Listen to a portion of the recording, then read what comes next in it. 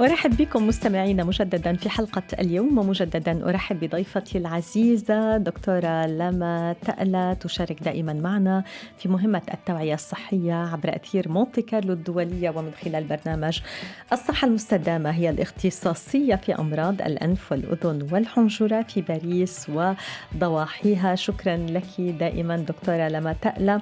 شكرا لريتا في قسم هندسة الصوت والصورة، ولسارة أوجي في قسم التنسيق اليوم، ولكم أنتم مستمعين على متابعتكم الدائمة لكل حلقاتنا وعلى تفاعلكم. إذن حان الوقت لأخذ أسئلتكم على رقم الواتساب التالي 003360729497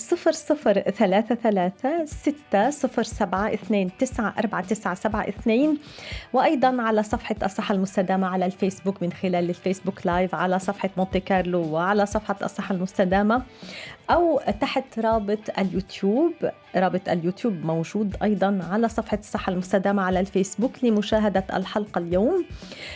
وسنبدأ باتصال وردنا على رقم الاستوديو 0033969323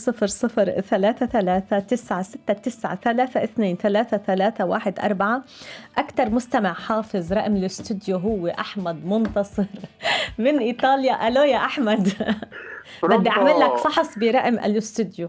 لا كيفك؟ الحمد لله. عندك تحسس أم عندك سعال نزلة برد؟ لا والله، لا هيدا ولا هيدا ولا كده، لا هذا لا كده ولا كده. هو سؤال على ما أعتقد إنه هو ظريف شوية، يعني ظريف لدكتورة لما. أوكي تفضل. دكتورة أهلا بحضرتك. أهلين فيك يا هلا. والله دكتورة، أنا أسباب الشخير بالليل أثناء النوم، هل ده راجع لالتهاب في الجيوب الأنفية، وهل هو له علاج أم لا؟ ما فهمت. الشخير عنده التهاب جيوب أنفية؟ نعم. هل له علاقة؟ له علاقة حقيقة، يعني حتى كل العالم بيربطوا إنه الشخير مربوط بالأنف، بس أحيانا بيعملوا عمليات بالأنف وبيفتحوا أنفهم وبينفتح الأنف، بس ليس مرتبط. يعني أحد الأسباب هو الأنف، بس في أسباب تانية كتير مهمة، وخاصة بشراع الحنك وباللسان هن الأسباب الأهم للشخير. نعم. هل هو ليه علاج، أو في بعض الأجهزة بتتباع بتتحط على الأنف؟ حقيقة فينك تجربها، بس يعني ما بفتكر اني تحذف الشخير. الأهم هو تخطيط النوم، وحسب تخطيط النوم بتشوف إذا في عم تعمل توقف نوم أو توقف تنفس أثناء النوم، فيه وقتها إلى علاجات معينة، يا أما جهاز بتحطه بالفم يا أما جهاز أكسجين. بس بشكل عام الشخير دائما إذا ما بدك تعمل هالشغلات بنقول لازم ينام المريض، الشخص دائما على الطرف، ما ينام على الظهر، هي اللي بتسبب الشخير أكتر شيء النوم على الظهر. نعم. بتحط طابة صغيرة، طابة تنس بظهرك، وبتثبتها جيد مشان ما تنام على الظهر. في ناس بيقدروا يعملوا هيك دكتور؟ نحن بننصحهم هيك. إذا ممكن سؤال تاني؟ تفضل أحمد. لو سمحتي، يعني ما هو العلاج السريع في حالة انسداد الأنف؟ نعم. نعم، انسداد الأنف المزمن. هلا في يعني 2 شغلتين مهمين كبار للانسداد الأنف، هو تحسس الأنف أو شيء ميكانيكي. الشيء الميكانيكي الأهم وهو انحراف الوتيرة.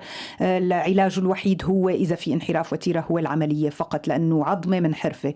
أما بالتهاب الأنف التحسسي أو التحسس الأنفي فهي البخاخات مع الأنتي هيستامينيك أو مضادات الهيستامين. نعم. هل الأجوبة واضحة؟ شكرا جزيلا. شكرا، نتمنى لك الصحة. تحياتنا لك من باريس إلى إيطاليا يا أحمد. وننتقل إلى رسالة صوتية دكتورة لما وصلتنا من موريتانيا، نستمع إليها. بونجور، عندي أخت كل فترة بتتحسس، ونوع حساسيتي يصير عيونها حمر ومنفخين، وتصير عندها حكة بالأنف وعطاس كتير وحكة بالأذنين. تسأل الدكتورة شو السبب؟ وشكرا، وشو بتنصحها؟ ميرسي. نعم. إذا فعلا عندها أول شيء لازم اختبار تحسس لتعرف عم تتحسس على الغبار الطلع، على العس المنزلي، على الغبار المنزل. في عبارة عن تحاليل بتنعمل. وتاني شيء علاجها هو بخاخات الأنف الكورتيزونية مع الأنتي هيستامينيك. في منها بخاخات فيها مضاد هيستامين مع الكورتيزون، والمضاد الهيستامين عن طريق الفم. وممكن في شيء اسمه ديسنسيبيليزاسيون، يعني هي بيعملها طبيب التحسس، إزالة التحسس على مدى 3 أعوام.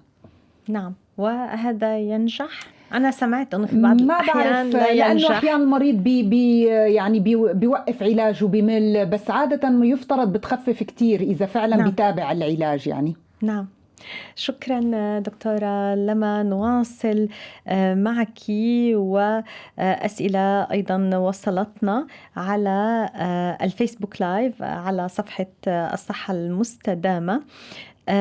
وسؤال من حسن دربل بيقول: معدن المنغنيز معدل الهيستامين على أساس إنه الهيستامين هو هرمون عصبي قبل أن يكون مسبب للحساسية، مشاكل في إفرازات الجهاز الهضمي، بتزيد أرضية إفرازات الجهاز التنفس والأنف، وهذا يزيد التهابات التحسس.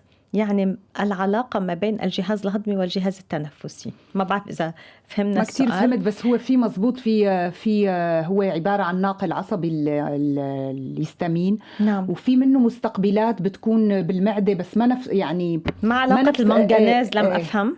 ما يعني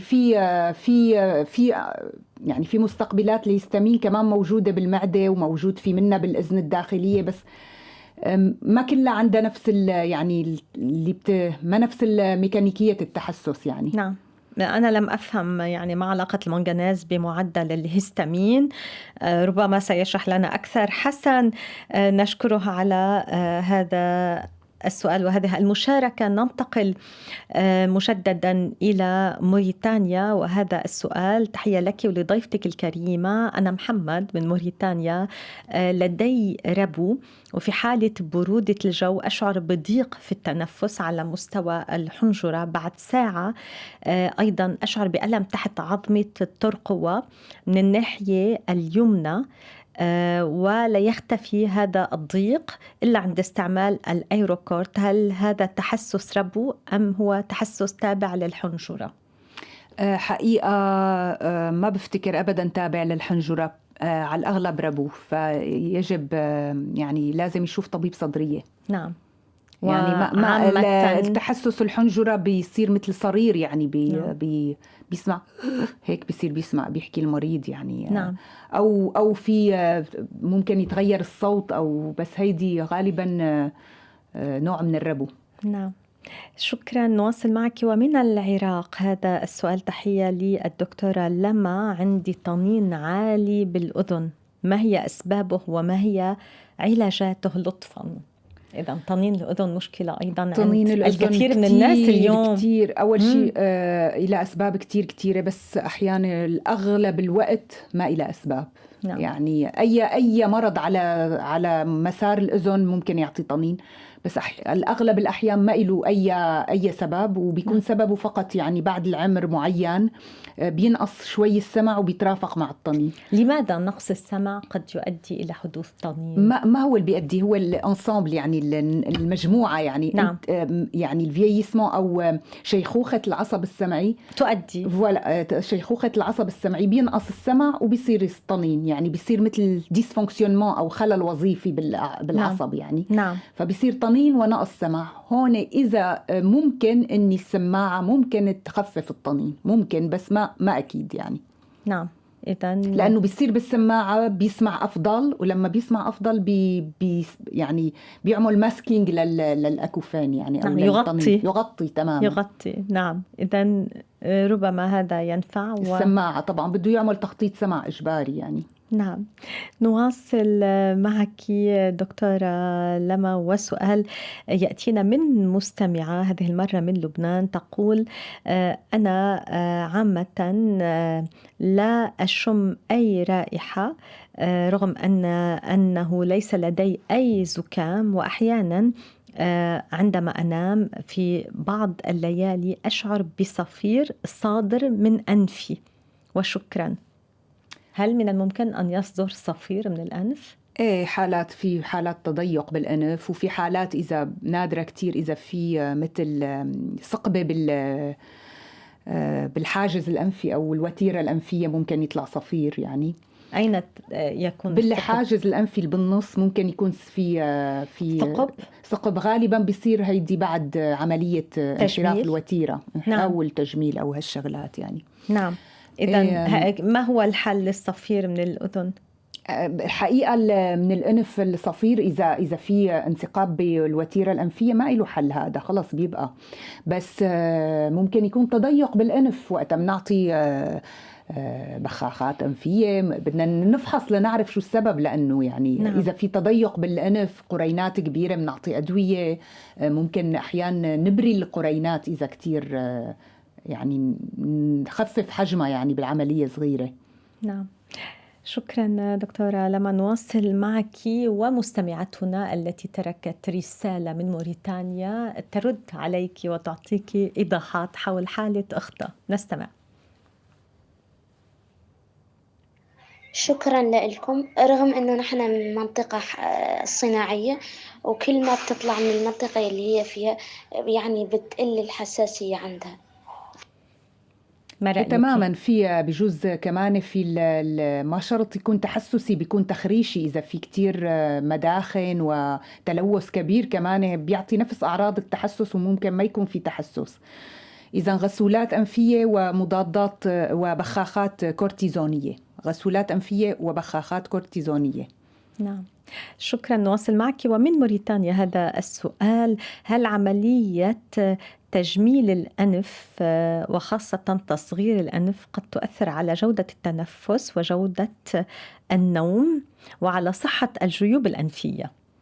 ممكن كتير إذا يعني ما كانت معمولة مزبوط، وصار في تغيرات بالأنف وبعظم الأنف وبالغضروف الأنفي، وسبب انسداد بطرف أكثر من الثاني، ممكن كتير. لهيك أحيان بيضطروا بيرجعوا بيعملوا عملية بعد عملية التجميل. طبعا نعم. ممكن تأثر على وظيفة الأنف إذا سكر منخر بالغلط طبعا. نعم. وهذا يحدث طبعا أحيانا. يحدث. نعم. أكيد. شكرا. نواصل معك ومن سلطنة عمان هذا السؤال. تحية لك سونيتا لدكتورة لما. أنا لدي مشكلة في الأذن الخارجية في أغلب الأوقات، كل شيء يزعجني، حتى دخول شعري في مدخل الأذن يجعلني أشعر بحكة شديدة. ما هي هذه الحالة؟ مع العلم أيضا أنني عندما أستلقي في السرير أشعر أن هناك نوع من الماء موجودة في الأذن. ما الحل؟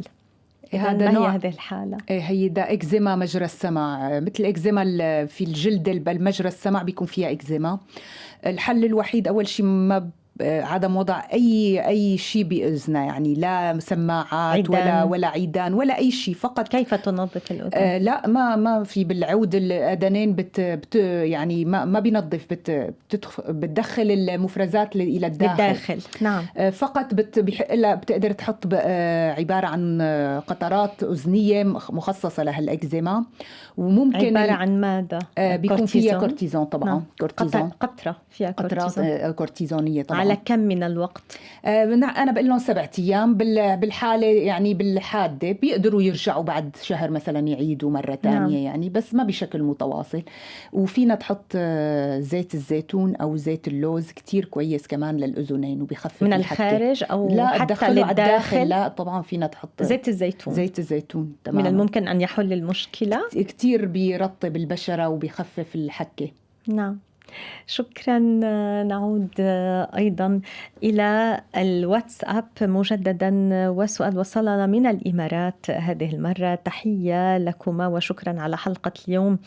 أنا عندي بلغم قديم وكان التشخيص ارتداد الأنف الخلفي. أشعر بالتحسن فقط أثناء أخذ الدواء، وبعد أن يعود البلغم أحيانا أشعر كثيرا بالإحراج خاصة أثناء الكلام مع الآخرين. أرجو الإفادة.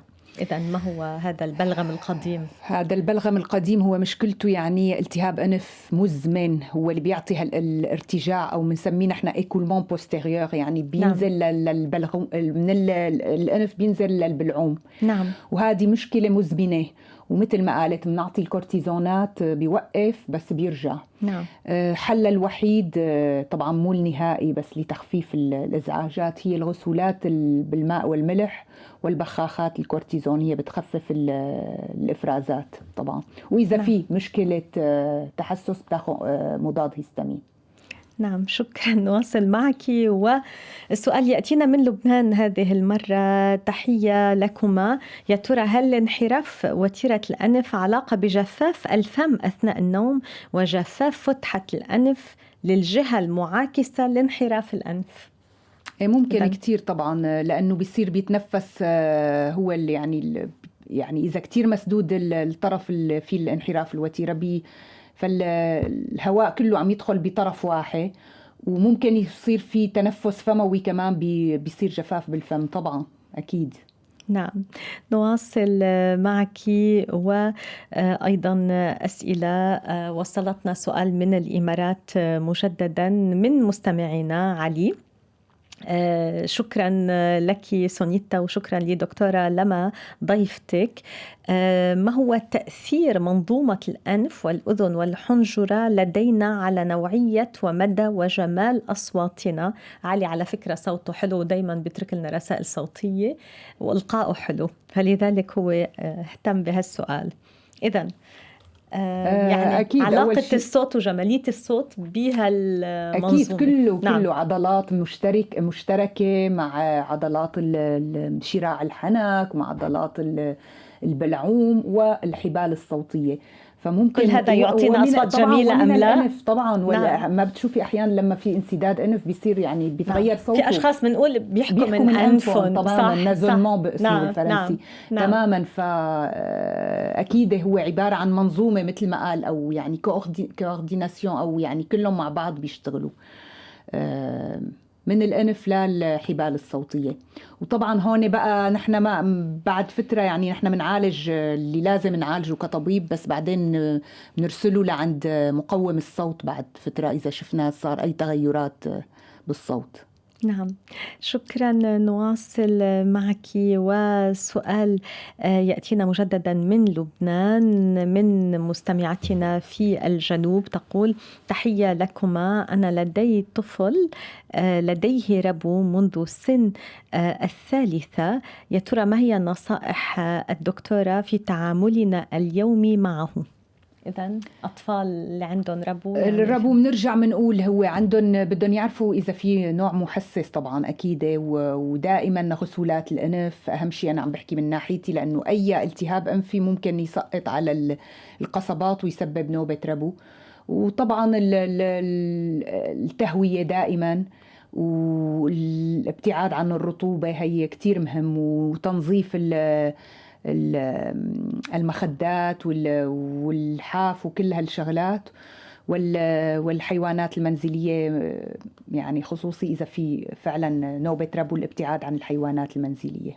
نعم، شكرا دكتورة. نواصل معك، ورسالة صوتية وصلتنا من موريتانيا نستمع إليها. طاب يومكم. أود التنبيه على بعض الترندات الطبية الخاطئة والتي أصبحت منتشرة بين الناس كأنها مسلمات. ومن هذه الترندات ترند الشريط اللاصق، وهو عبارة عن وضع الشريط اللاصق على الفم أثناء النوم، وحسب ما رأيت للتخلص من الشخير ورائحة الفم الكريهة وللتنفس من الفم. وكل هذه معلومات مغلوطة ولا أساس لها من الصحة.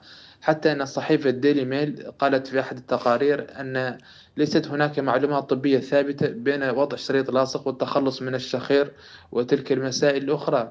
لذلك أرجوكم لا تتبعوا ترندات طبية حتى تتأكدوا من صحتها ومصداقيتها. وشكرا. لم أرى هذه الموضة. شو شريط لاصق على الفم؟ مثل ما قال ترندات، نحن أكيد ما بنعترف هيدا على وسائل يعني التواصل الاجتماعي ممكن، بس نحن ما بنعترف أبدا بهالشغلات، ولا بحياتنا ممكن. هل من الممكن أن نضع شريط لاصق يعني أثناء النوم على الفم؟ إذا المريض خطير إذا المريض أنفه مسدود بده يستعمل فمه حتى يتنفس فيه، يعني ما بيقدر بعدين بيصير بينقطع تنفسه في الليل. لا ليس، لا ولا نحن لا نعترف فيها. إذن نواصل معك دكتورة لما. ومن الكويت أبو يوسف كتب لنا الآن لأول مرة يكتب لنا، بيقول أنا أعاني من حساسية موسمية بس من نصف شهر مارس حتى نصف أفريل، بماذا تنصحني الدكتورة؟ يعني من أذار وحتى نيسان. يبلش العلاج، خصوصي إذا فعلا موسمي، في شيء اسمه هلا كنا عم نقوله ديسنسيبيليزاسيون أو نعم. إزالة التحسس. فعلا مفيد كتير، يعني لمدى 3 أعوام بياخد حبة باليوم بدل ما ياخد المضاد الهستامين، أو بده يبلش مضادات الهستامين شهر قبل النوبة. هي نوع عن أدوية فموية؟ طبعا. نعم. أدوية فموية. نعم. عبارة عن حبة عادة باليوم. ما الذي موجود فيها؟ يعني مثل يعني مضاد الهستامين؟ هي فيها يعني نوع من هو المحسس موجود بس بكمية قليلة شوي. نعم، شوي تعويض الجسم. يعني وداويها بالتي كانت هي الداء. وفي منهم يعني للعس، وفي منه غبار الطلع، حمى القش. طبعا بس بده يكون عامل قبل أكيد يعني تحاليل يعرف أي واحد فيهم. نعم. أو بدك تبلش مضاد الهستامين شهر قبل النوبة مع البخاخات الأنفية. نعم، شكرا جزيلا لك دكتورة لما تألى. سنكتفي بهذا القدر من الأسئلة والأجوبة. أشكرك على كل هذه الأجوبة عن أسئلة مستمعينا. طبعا هم استفادوا من خبرتك في مجال علاج أمراض الأنف والأذن والحنجرة دكتورة لما. طبعا سنلتقي بك في حلقة مقبلة بعد شهر تقريبا، لدينا موعد شهري معك. شكرا لكل مستمعينا. إذن شكرا لريتا محمود ولسارة أوجي. نعود إليكم غدا مع حلقة جديدة من الصحة المستدامة. أتمنى أن تكونوا على الموعد. إلى اللقاء إذن في الغد مع أطيب تحياتي. دمتم بصحة جيدة. باي باي.